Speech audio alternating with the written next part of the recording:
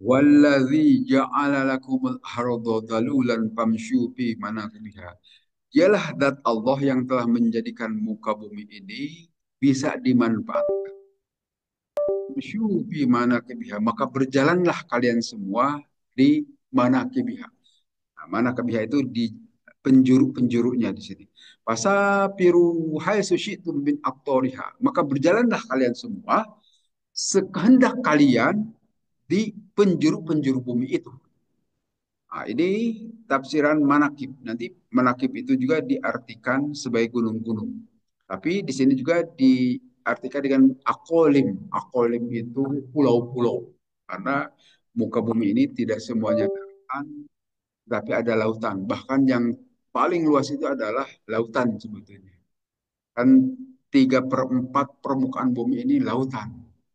Sedangkan daratan itu eh 2/3-nya, 2/3 luas permukaan bumi ini adalah lautan, sedangkan sepertiganya itulah daratan. Manusia itu hanya di sepertiga permukaan bumi. Tapi Allah di sini menyuruh pamsyu bi manakibiha. Berjalanlah, silahkan cari-cari kemanfaatan. Apa-apa yang bisa kalian dapatkan di muka bumi ini. Coba kita perhatikan di sini. Allah menyuruh kita untuk berjalan untuk memanfaatkan muka bumi. Artinya silakan jelajahi bumi itu, cari kemanfaatan-kemanfaatan. Ini sejalan dengan firman Allah di surat Hud ayat 11. Wa ansyakum wastamarakum fiha.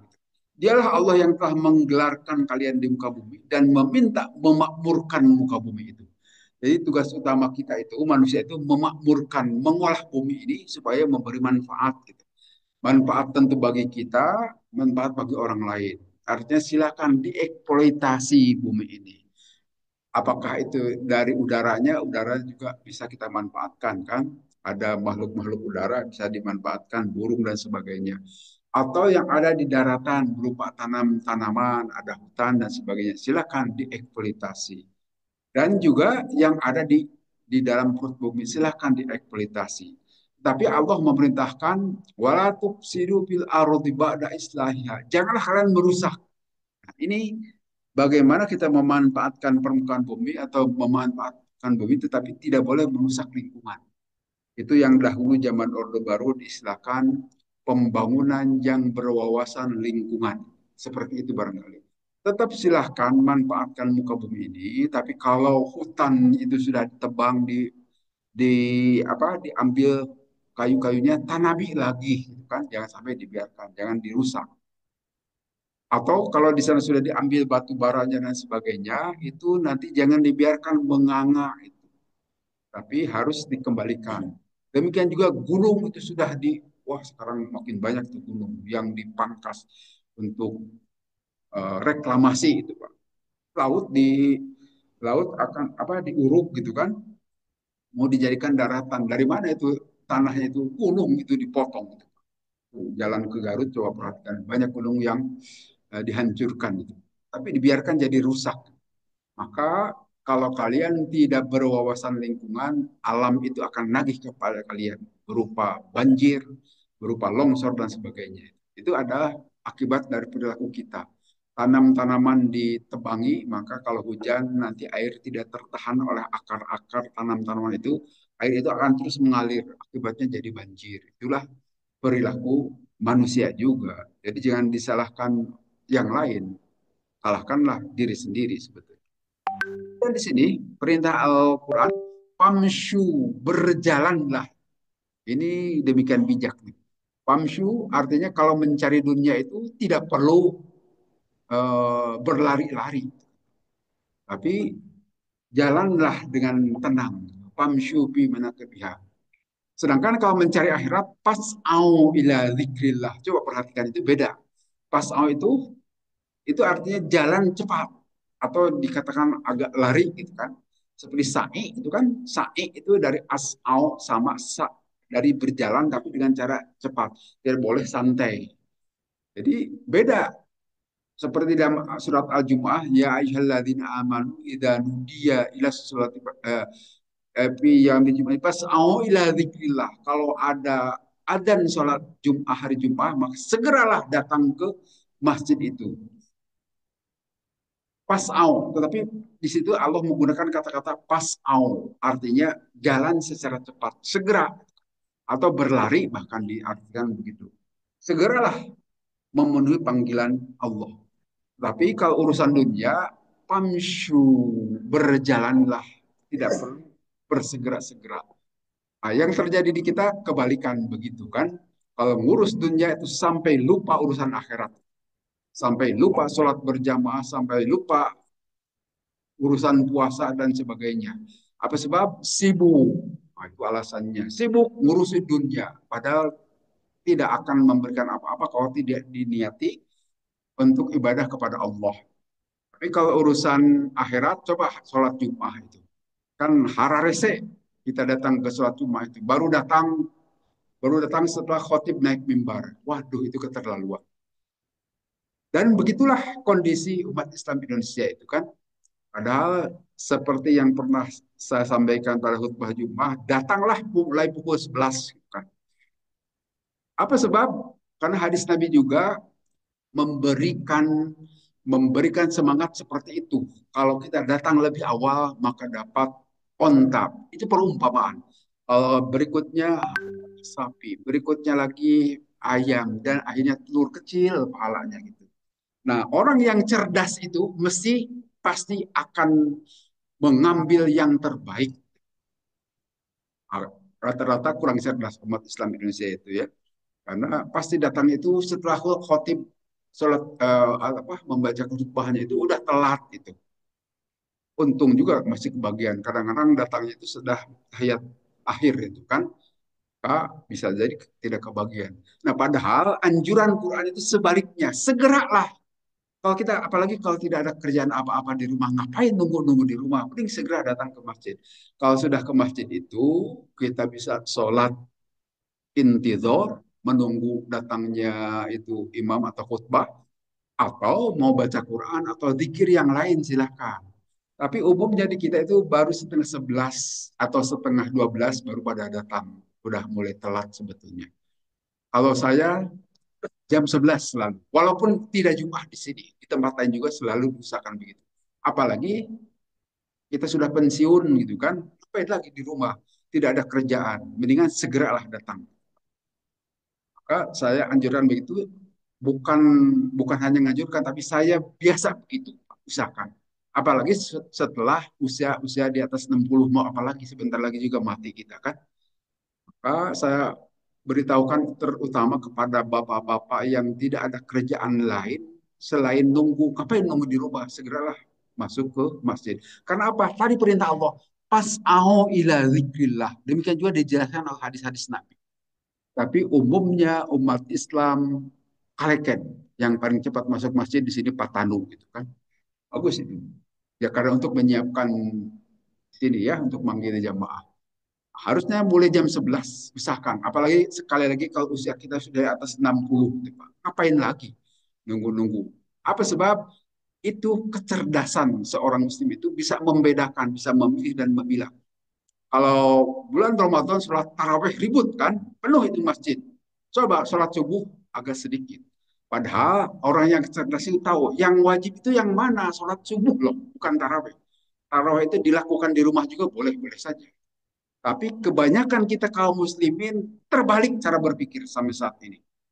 Itu yang terjadi di kita, tidak di Sukarapi, tidak di mana, hampir semuanya begitu. Dari, sekali lagi saya sampaikan, dari hasil sensus, umat Islam Indonesia itu baru 38% yang suka ke masjid. Jadi sedikit, belum dari kurang dari 50%. Perhatikan aja di Sukarapi kan begitu ya. Demikian juga yang terus-terusan rajin ke masjid itu dikatakan hanya 2% gitu. Sedikit sekali ya. Jadi wajar Islam di Indonesia walaupun kita mayoritas tertinggal terus bahkan dengan Vietnam. Vietnam itu baru kemarin merdeka. Tahun 70-an itu masih ramai perang itu di Vietnam. Oh, kita sejak tahun 45, tapi tetap tertinggal saja. Jadi negara tidak berkah-berkah.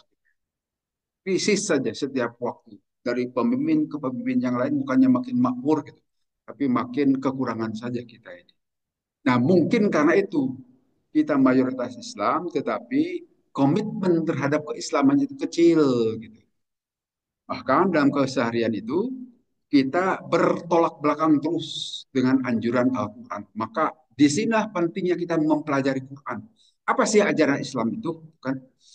Nah, di sini yang suka ngaji saya belum tentu begitu, apalagi yang tidak pernah ngaji, tidak ngerti, tidak tahu. Nggak apa-apa, ini saya pun dan agak keras ini untuk mengingatkan terhadap diri saya sendiri dan juga kita semua. Karena di sini perhatikan sekali lagi, silakan lihat terjemah Al-Quran kalau tidak percaya. Pamsyu itu berjalan.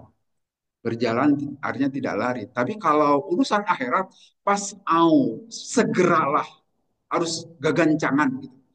Tapi kalau kita terbalik sekali lagi, perilaku kita, maka marilah kita mengubah cara kita itu untuk berpikir mengenai agama. Seperti sering saya sampaikan, kita itu tugas utama kita itu kan seperti dalam surat Ad-Dariyat sebutkan untuk ibadah kepada Allah. Nah, kalau ibadah kepada Allah, sholat itu adalah nomor satu dalam keseharian. Tetapi kadang-kadang kita menyatakan saya tidak bisa sholat berjamaah, bahkan ditinggalkan sholat gara-gara sibuk bekerja. Terbalik juga cara berpikir itu. Seharusnya tinggalkan pekerjaan, tinggalkan kesibukan untuk melakukan sholat. Apa sebab? Bekerja juga itu bisa jadi ibadah. Sholat apalagi itu intinya ibadah. Harusnya diutamakan. Jadi tinggalkanlah bekerja untuk melakukan sholat. Jadi kita harus mengatakan saya sibuk sholat sehingga pekerjaan saya tinggalkan dahulu. Harusnya begitu berpikirnya. Tapi sekarang terbalik. Saya tidak bisa sholat gara-gara sibuk bekerja. Kan ada perusahaan-perusahaan begitu yang apabila sholat sholat secara teratur dipotong itu gajinya itu Pak oleh bosnya. Atau kalau sholat Jumat juga dipotong gajinya. Itu cara berpikir keduniawian. Memang akan dibawa mati itu harta dunia itu kan tidak. Itu pun akan menjadi nilai nanti di akhirat apabila diniati ibadah. Saya yakin yang bekerja begitu tidak diniati ibadah, hanya untuk kesenangan dunia. Padahal kesenangan dunia ini terbatas kan, tidak akan terus-terusan kita nikmati. Perhatikan saja waktu masa muda kita bisa makan bebas, tapi masalahnya uangnya yang tidak ada waktu muda ya. Saya 20 belum punya gaji katakan. Sehingga tetap saja terbatas kita makan. Sudah agak tua, dewasa, kita sudah punya gaji, punya bayaran sebagainya, bebas mau beli apapun boleh. Tetapi dokter menyatakan larangan-larangan banyak. Akhirnya tetap terbatas. Apalagi makin tua kita itu, makin tidak bisa bebas makan, kan? Sehingga dunia itu adalah tidak segalanya, terbatas, tidak bebas. Nah, oleh karena itu, niatkan semua perilaku kita di dunia ini untuk ibadah kepada Allah. Karena Allah mengatakan, "Wa ma khalaqtul jinna wal insa illa liya'budun." Tidaklah kami ciptakan manusia dan uh, jin dan manusia di muka bumi kecuali untuk ibadah. Nah, artinya kalau ibadah itu ada dua, ibadah mahdoh dan goer mahdoh. Sholat itu ibadah mahdoh. Kalau bekerja itu, berkegiatan itu bisa diniatkan sebagai ibadah goer mahdoh juga. Nah, insya Allah itu dapat nilai nanti di akhirat kalau diniatkan ibadah. Tapi dibedakan sikapnya tadi. Kalau ibadah goer mahdoh, tenang-tenang saya tidak perlu buru-buru. Tapi kalau untuk melakukan ibadah mahdoh harus buru-buru. Itu anjuran agama. Anjuran ini kita bedah dari Al-Quran begitu. Tapi perilaku kita bahkan sebaliknya. Kalau untuk urusan ibadah mahdoh, kaleken, hararese. Tapi kalau untuk nyari ada proyek dan sebagainya, kita cepat-cepat. Seperti itu. Itu gambaran kita itu begitu, Pak ya. Nah, kemudian di sini ada hadis Nabi SAW yang menyatakan, "Lau annakum tatawakkaluna 'ala Allahi haqqa tawakkulihi la razakum kama yarzuqut tayr tagu khomason wa taruhu bitonan." Kalaulah kalian semua itu bertawakal, menyerahkan diri kepada Allah dengan sepenuh ketawakalan, penyerahan diri, maka Allah pasti akan memberikan rezeki kepada kalian sebagaimana Allah memberikan rezeki kepada burung. Perhatikan itu burung, pagi-pagi burung itu dalam keadaan perut kosong, tetapi dia terbang ke sana kemari sehingga sorenya menjadi kenyang. Seperti itulah Allah juga memberikan rezeki. Artinya memang harus ada unsur usaha. Tidak boleh diam saja. Diam saja di masjid, dikir dan sebagainya, tidak mau mencari makanan, ya akan kelaparan dan mati dalam keadaan lapar. Tidak boleh begitu. Jangan terus-terusan diam, tapi berusahalah untuk mencari karunia Allah. Nanti Allah akan memberikan karunia-Nya. Artinya harus ada pergerakan di sini, ada usaha. Nah, demikianlah, tetapi dengan tetap tawakal kepada Allah, itu semua adalah dari Allah. Pasti Allah akan memberikan rezekinya. Itu jaminan. Demikian juga dalam surah An-Nahl ayat 97. Kalaulah siapa orang laki-laki ataupun perempuan yang beramal bahwa mukminun falanuhyiyannahu hayatan thayyibah. Dia dalam keadaan beriman, pasti Allah akan menghidupkan dia dalam keadaan kehidupan yang baik. Itu jaminan dari Allah. Jadi tidak mungkin kelaparan, tidak mungkin hidup kere kalau kita bertawakal, beriman kepada Allah. Artinya tetap mengindahkan perintah-perintah Allah dengan baik, penuh keimanan, Allah pasti akan menjamin kehidupan kita. Masalahnya, kenapa banyak orang peminta-minta dan sebagainya, memang bekerja kesana kemari, tapi dia tidak sholat. Dia tidak mengindahkan perintah Allah. Jadi hidupnya seumur-umur gitu aja terus. Dalam keadaan kesusahan dan kesulitan. Peminta-minta. Coba kalau perhatikan hak-hak Allah. Silahkan bekerja jadi pemulung. Silahkan bekerja sebagai apapun. Yang penting halal. Tetapi pada saat sholat tetap melakukan sholat dan tetap puasa pada saatnya, insya Allah Allah akan berikan rezeki. Bin haitsulah yahtasib, dari tempat yang tidak diduga-duga. Demikian itu disampaikan dalam hadis yang disabdakan oleh Nabi.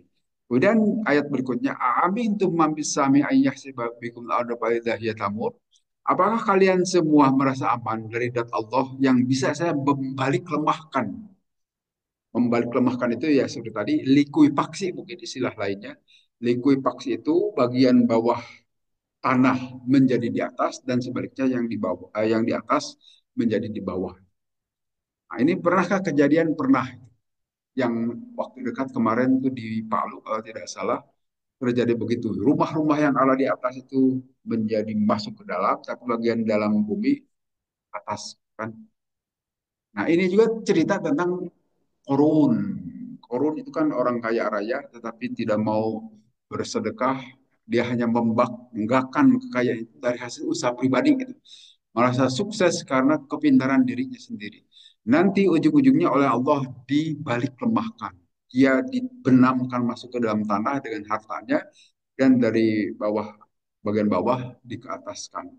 Itu dilikuifaksi mungkin gitu istilah sekarang. Kemudian di sini wahada aidon min lutfihi rahmatihi.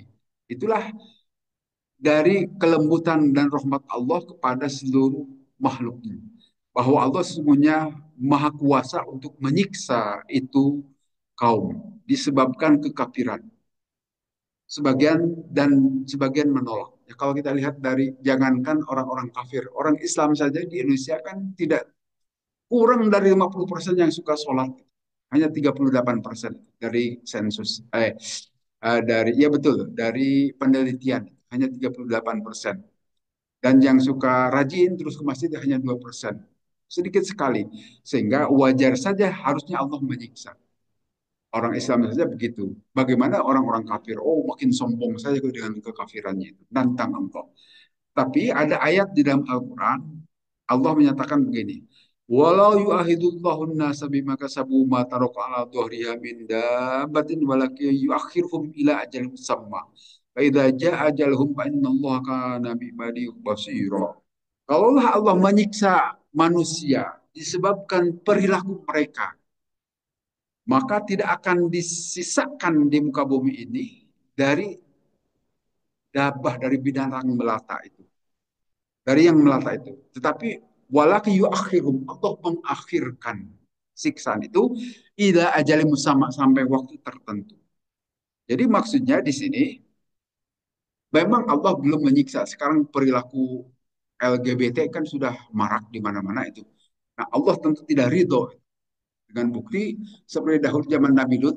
itu disiksa langsung kaum LGBT. Tapi sekarang ini mereka mungkin bebas saja kan itu melakukan kegiatannya di sana sini. Tetapi Allah belum menyiksa.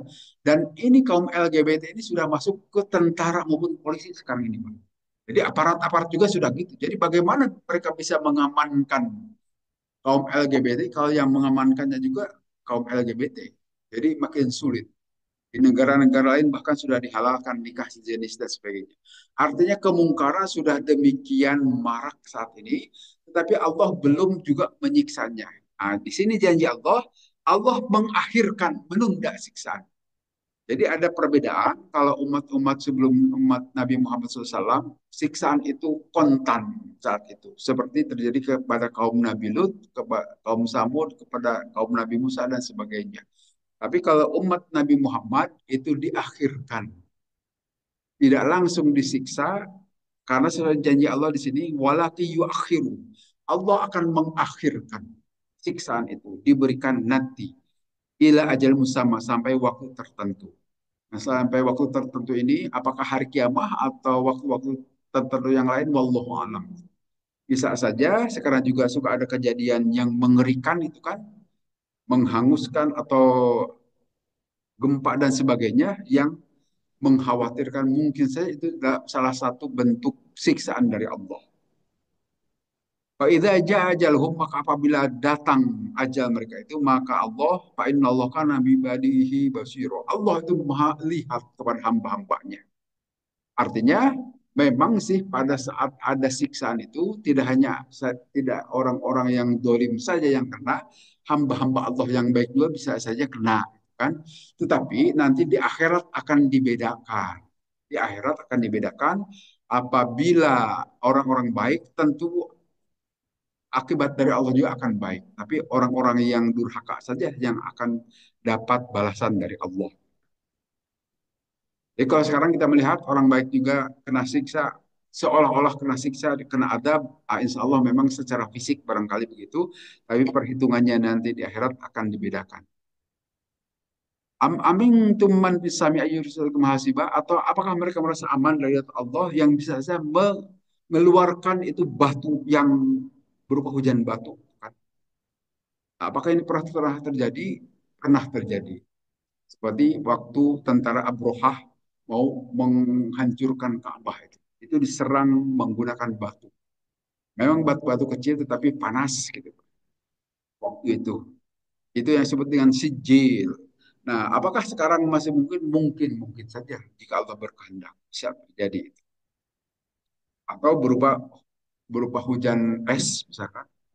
Hujan es juga apabila terkena kepada kepala juga bisa menyebabkan cedera dan sebagainya. Itu bisa saya berupa siksaan dari Allah. Kemudian apa amin itu ambiyah sebab bikun ardo bikum janibal bari aurusi alaikum hasiba sumala tajidu lakum wakila. Itu dalam surah Al-Isra sama yang terkait dengan perihal siksaan. Perihal siksaan dari Allah bisa saja Allah menimpakan itu berupa likuifaksi tadi atau batu-batu panas bisa diturunkan oleh Allah. Pasal tak lamun kaifa nadir maka nanti akan tahu bagaimana peringatkan. Kaifa yakunu indari wa akibati man takhlafa in anhu wa kadzdzaba bih. Bagaimana mereka bisa menghindarkan peringatan itu dan akibat dari menyalahi perintah-perintah ini. Walakad kadzabil ladzina min qablihim. Demikian juga telah membohongkan umat-umat sebelumnya, artinya umat-umat terdahulu. Maka bagaimana akibat dari mereka itu?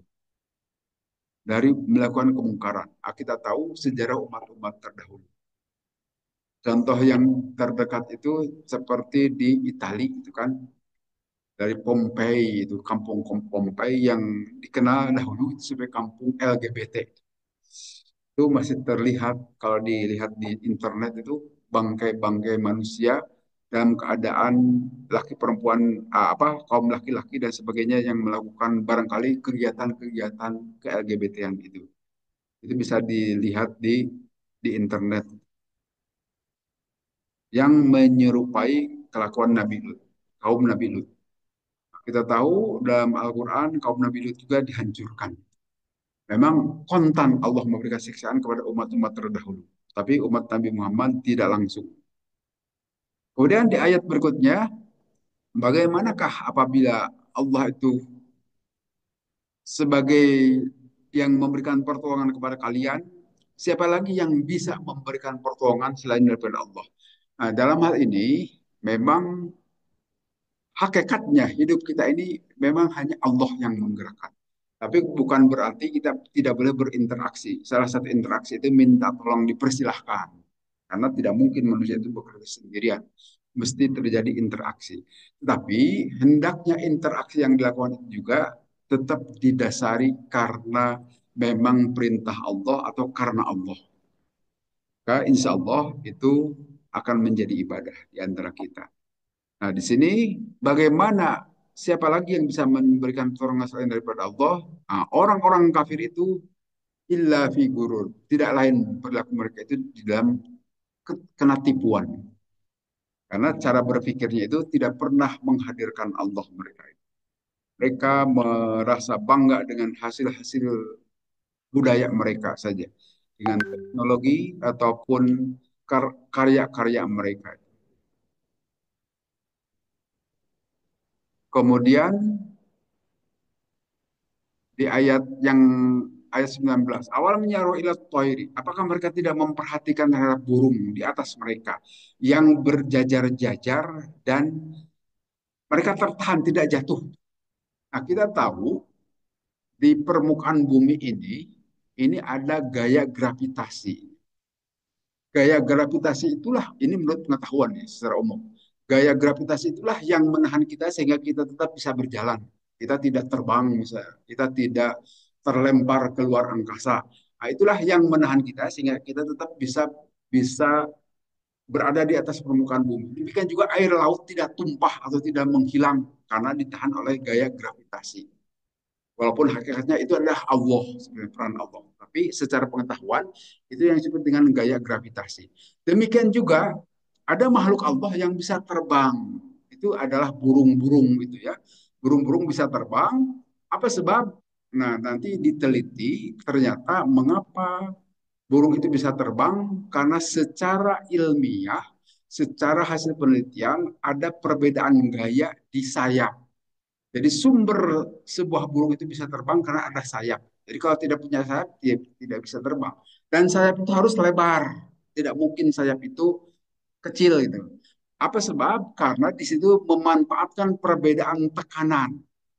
Tekanan di atas sayap dengan di bawah sayap itu beda. Nah, selisih perbedaan tekanan di atas dan bawah sayap dikalikan luas permukaan sayap, itulah jadi gaya angkat. Itu juga yang dipelajari manusia untuk menerbangkan pesawat terbang. Jadi pesawat terbang itu kenapa bisa terbang? Itu adalah karena ada perbedaan gaya di atas sayap dan di bawah sayap. Jadi tidak mungkin pesawat tidak punya sayap. Demikian juga helikopter. Mana sayapnya? Itulah yang berputar itu sayapnya. Itu rotary wing gitu. Itu adalah sebagai sayap yang berputar.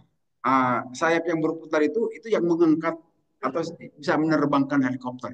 Sedangkan terbangnya atau jalannya itu pakai mesin, pakai jet kan, mesin jet. Tapi bahwa intinya dia bisa terbang sebetulnya belajar dari burung. Manusia itu belajar dari burung dengan memanfaatkan gaya sehingga tidak mungkin pesawat itu bisa terbang tanpa ada sayap. Kita perhatikan saja, kalaupun mati itu pesawat itu mesinnya di atas, tidak akan langsung jatuh. Dia tetap akan melayang. Walaupun ujung-ujungnya jatuh juga. Gitu. Tapi jatuhnya tidak sekaligus jatuh gitu, tapi dengan cara melayang. Apa sebab? Karena ada sayap yang menahannya. Tapi karena tidak ada daya dorong dari mesin, maka sayap itu lama-kelamaan kan perbedaan tekanan itu lama-lama jadi berkurang-berkurang, akhirnya jatuh juga. Masuklah ke laut dan seterusnya. Jadi ini adalah memanfaatkan gaya gravitasi yang telah Allah ciptakan di seluruh permukaan bumi juga begitu. Jadi baik di permukaan Sukarapi ataupun di Amerika Serikat sama ada gaya gravitasi. Dengan memanfaatkan gaya gravitasi itulah bisa menyebabkan pesawat terbang, bisa meluncurkan roket dan sebagainya. Itu apa? Siapa yang menciptakan itu? Allah. Tidak mungkin sesuatu itu terjadi tanpa ada yang menciptakan. Pasti dalam hal ini adalah Allah. Sehingga di sini Allah memerintahkan atau memberikan isyarat kepada kita, coba perhatikan itu burung. Siapa yang menahannya? Mungkinkah burung itu bisa terbang? Ah, ternyata tidak semua yang punya sayap bisa terbang. Seperti ayam tidak bisa terbang kan gitu. Nah, sehingga hanya makhluk-makhluk tertentu saja yang bisa terbang. Terutama pasti punya sayap. Sayap itulah yang menjadikan dia terbang. Tapi tidak setiap yang punya sayap bisa terbang juga. Nah, apa sebab? Itu Allah yang menentukan. Nah, di sini mayum sikuna illa rahman. Tidak ada yang menahan terhadap burung-burung tadi kecuali adalah zat Allah yang maha rahman. Demikian juga terhadap pesawat-pesawat itu memanfaatkan hukum-hukum Allah gitu. Atau hukum-hukum alam. Nah, hukum alam itu siapa yang menciptakan? Pasti Allah. Maka bisa berlaku dimanapun. Jadi siapapun yang mempelajari hukum alam bisa menemukan kehebatan-kehebatan. Salah satunya misalnya pesawat terbang. Innahu bikulli syai'in basir. Sebenarnya Allah itu terhadap segala sesuatu itu maha melihat. Kemudian di sini aman halal yarzukum in amsari rizqah. Nah, siapa lagi dat yang memberikan rezeki kalian apabila rezeki itu Allah tahan? Nah, di sini kita perhatikan suka mendengar orang kelaparan gitu kan. Sebetulnya pada saat Allah menghidupkan kita itu pasti dengan rezekinya. Rezekinya sudah diberikan. Tetapi masalahnya nanti pemerataan itu yang tidak terjadi. Seperti misalnya di dunia ini ya, negara-negara bagian utara itu umumnya makmur-makmur kayak raya. Ya. Tapi yang di selatan itu terutama di Afrika itu kan kekurangan-kekurangan. Demikian juga di kita ini tidak semuanya berkecukupan, ada yang berkurang. Apakah itu Allah tidak adil? Justru disitulah supaya terjadi interaksi. Allah sengaja membedakan orang itu begitu supaya terjadi interaksi. Kalau semuanya orang kaya itu tidak akan terjadi interaksi. Itu ngapain bekerja? Toh uang sudah punya, ngapain nembok? Uang sudah punya, ngapain jadi tukang? Toh di rumah sudah banyak uang. Nah, tidak akan terjadi interaksi. Justru maksudnya memakmurkan bumi itu adalah supaya terjadi interaksi, pergaulan. Nah, pergaulan itu salah satu penyebabnya itu adalah dibedakan antara satu dengan yang lain. Tetapi harusnya dilakukan pemerataan, jangan sampai sengaja secara terstruktur dilakukan pemilahan antara kaya dan miskin. Yang terjadi di muka bumi ini kan secara terstruktur. Coba negara-negara yang di utara itu mereka menguasai bumi ini kan. Eh, nanti mereka melakukan penjejahan kan. Umumnya yang dijajah itu adalah bangsa-bangsa yang ada di selatan muka bumi, termasuk Indonesia juga kan. Itu dijajah oleh demikian banyak bangsa, mulai dari Portugis, Spanyol, Inggris, Belanda, yang paling lama Belanda kan, yang melakukan penjajahan kita. Nah, semua kekayaan itu diangkut, bukan Indonesia tidak kaya, tetapi kekayaan kita diangkut dan tidak dijadikan sebagai pencaharian atau sebagai sumber kehidupan bagi penduduk. Nah, sampai sekarang juga begitu, ada kemiskinan yang dilakukan secara terstruktur.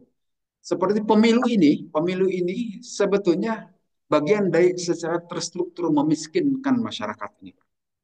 Apa sebab? Kalau masyarakat miskin itu gampang diatur. Pilihlah si Anu, kayak kalian dikasih uang 100 ribuan. Nah itu sebetulnya dengan seperti itu secara terstruktur kemiskinan diciptakan oleh pemerintah yang terjadi saat ini. Hati-hati, maka jangan mau dikasih uang. Karena makin banyak orang yang bisa diatur-atur itu, makin gampang orang mengarahkan kepada siapa memilih. Walaupun ini tidak murni, tentu saja ini banyak kajian, tidak pendapat ini bisa saja diperdebatkan gitu maksudnya. Tapi salah satunya itu adalah ada pemerintah-pemerintahan yang kemarin sengaja memiskinkan masyarakatnya, tidak mau makmur. Tetapi yang mereka utamakan itu adalah para pengusaha besar, kalau oligarki dengan terbukti nanti ada PSN, PIK 2, IKN dan macam-macam proyek-proyek itu. Itu yang hanya memakmurkan sekelompok orang-orang kaya tetapi membiarkan memiskinkan rakyat. Rakyat cukup dikasih BLT saja gitu kan. Itu sehingga kalau BLT itu kan itu dikasih ikan bukan bukan kail gitu. Padahal yang bagus itu adalah kailnya.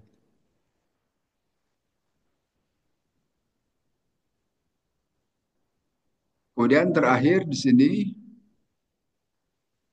perihal wa yaquluna mata hadzal wa'du in kuntum shadiqin. Kapankah itu janji itu akan terjadi? Ini pertanyaan yang biasa disampaikan oleh orang-orang yang ingkar terhadap azab, siksaan, ataupun hari kiamat. Kapan itu akan terjadi? Kok belum-belum terjadi? Ya memang kalau diukur dari kehidupan kita ini kelihatannya lama gitu kan. Janji-janji itu belum, tetapi kalau sudah kejadian baru akan terasa. Jangan jauh-jauh membuktikan cara pembuktian ini dari umur kita saja lah. Kan kita rasanya baru saja kemarin masih anak-anak gitu, bisa main ke sana kemari gitu kan. Bebas mau kalau saya belum ada pikiran dengan utang dan sebagainya. Tapi makin lama gitu makin menua, menua dan makin menyadari kekurangan kita kan dari fisik kita itu. Artinya memang kehidupan seperti yang disebutkan oleh Allah itu akan terjadi kiamat dan sebagainya. Jangan diukur dari umur kita, tetapi ukurlah dari umur kehidupan dunia ini. Kalau diukur hanya umur kita kan berarti generasi itu hanya sedikit saja. Padahal Allah akan menggelarkan di muka bumi ini dengan begitu banyak generasi. Sehingga wajar mungkin ada pertanyaan dari kita, loh kok belum tiba-tiba siksaan itu atau kiamah itu? Nah, kalau diukur dari umur kita memang itu adalah kelihatannya lama sekali. Padahal kita tidak akan lama-lama hidup ini. Tapi sekali lagi untuk mengukur itu lihatlah terhadap perkembangan kehidupan kita di muka bumi ini. Toh tidak selamanya kita hidup, kita akan merasakan waktu muda itu kita segar bisa jalan ke sana kemari bebas dan sebagainya. Tetapi makin nambah usia makin ada keterbatasan dalam semuanya. Nah, itu juga mencerminkan bahwa apa yang diberitakan Al-Quran itu akan terasa. Kapan akan terasa? Nanti pada saat kita menjelang kematian. Itu banyak penyesalannya akan kita sesali lah. Seperti ya pasti banyak hal yang akan kita sesali. Terhadap, loh kenapa saya dulu tidak begini, tapi begitu. Ya udah lewat, tidak bisa diperbaiki lagi. Udah mati. Gitu kan. Mengapa tidak begitu dan sebagainya. Pasti akan ada yang disesali. Karena bisa saja sifat kita itu biasanya tidak mengindahkan peringatan. Itu umumnya manusia. Kita ingin maunya bergerak sendiri saja. Maka wajar nanti akan terjadi penyesalan dan seterusnya. Nah, kemudian sesungguhnya ilmu itu hanya ada di sisi Allah. Jadi Nabi sendiri juga tidak mengetahui kapan akan terjadi kiamat. Yang ada paling Nabi memberikan ciri-ciri terjadi kiamat. Tapi kapan persisnya tidak akan diketahui oleh seorang pun kecuali hanya di sisi Allah. Itu sengaja supaya kita tidak menjadi pemburu, tidak jadi renegade, pemburu rente. Kita baru baru sholat dengan rajin dan sebagainya apabila tahu besok mau mati. Oh, rajin kita kan. Tapi kalau tidak begitu, biar alamiah.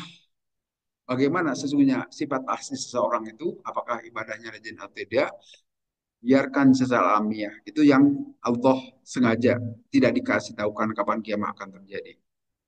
Nah, kemudian falamma ra'awzul fatansiat wujul ladin kafaru, maka pada saat kiamat sudah jadi, maka menjadi menghitam wajah orang-orang yang kafir dan kemudian dikatakan inilah yang kalian dahulu bohongkan, tidak percaya akan terjadi kiamat. Pasti akan terjadi kiamat. Ada kerusakan-kerusakan atau makin tua ini bumi dengan makin banyak hal-hal yang terjadi di lingkungan itu juga sebagai pertanda bahwa ada keterbatasan bumi, ada waktu untuk disudahi berupa kiamah nanti. Itu saja saya kira bahasan pada hari ini.